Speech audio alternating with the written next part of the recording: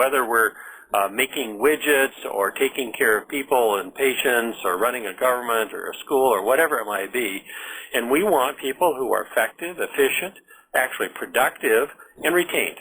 Now, we can do all the training we want. They may be really good, but if they don't stay with the organization, it does not meet our needs of being able to fulfill our mission. So that's what we are looking at. But what is it that the employee wants? Well, they want some of the same things, but I think they want some things that are different. And we're going to take you back to the old Psychology 101 class that you maybe took when you were in college, and these are Maslow's hierarchy of needs. And it is actually kind of relevant here if you just stick with me.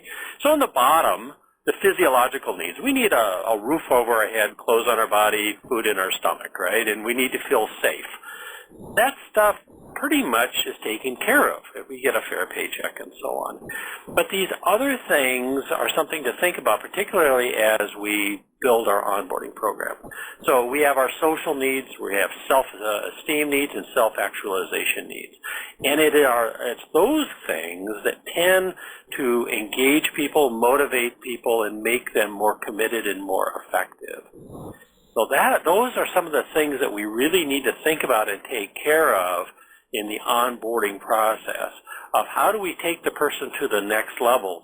The more that we meet their needs, the more likely they are to be satisfied and the less likely they are to move on to a different job. We're going to get into all of those kinds of things as well.